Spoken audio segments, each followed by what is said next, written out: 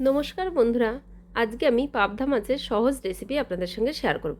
একদম চটজলদি তৈরি হয়ে যাবে। প্রথমে আমি আদা, রসুন, পেঁয়াজ, কাঁচা লঙ্কা আর টমেটো একসঙ্গে পেস্ট করে রেখে দিলাম। এখানে নিয়ে নিয়েছি পাবদা মাছ, আগেই জল ঝরিয়ে রেখেছিলাম। তার মধ্যে লবণ আর হলুদ ভালো করে হাত দিয়ে মেখে নিলাম।